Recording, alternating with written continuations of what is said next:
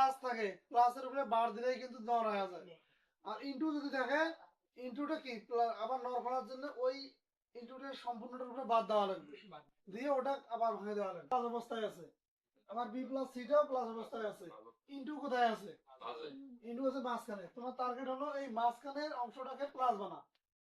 মাঝখানের অংশটাকে যদি প্লাস বানাও, তাহলে এ প্লাস বি থাকলো, দুইটা বাদ দিলেন। দুইটা বাদ দেওয়ার পর এই প্রথম অংশটা মনে করো তো কি এ, দ্বিতীয় অংশটা মনে করো বি। সূত্রের মধ্যে আছে না এ বি, তার উপর যদি বার থাকে এটা বানালে কি হয়? এ বার প্লাস বি বার হয়। তো এখানে নিচের যে বারটা আছে, তাহলে এ প্লাস বি বলতে সম্পূর্ণটাকে এ ধরলেন, ইনটুর পরিবর্তে প্লাস বি প্লাস সি দিয়ে সম্পূর্ণটা বি ধরলেন। তারপরে উপরে যে বারটা আছে দেখো, এটা হচ্ছে অর, এটা হচ্ছে অর, মানে এটা নর হয়েছে, এটাও নর হয়েছে, মাঝখানে কি আছে? অর আছে। এই অরটাকে নর করার জন্য উপরে যে বারটা আছে এটা এইটুক হয়ে গেল নর কেটে বাঁচতে। এখন তোমার এটা যদিও পালেন, তারপরে কি করেন?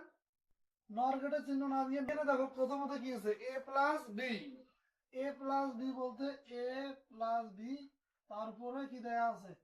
বার দেয়া আছে, এই যে বার দিলাম, ঠিক আছে। তারপরে আছে বি প্লাস সি, সি একটা নিতে হবে, তাহলে সি, তাহলে বি প্লাস হচ্ছে সি, বি প্লাস সি, তার উপরে আবারও বার।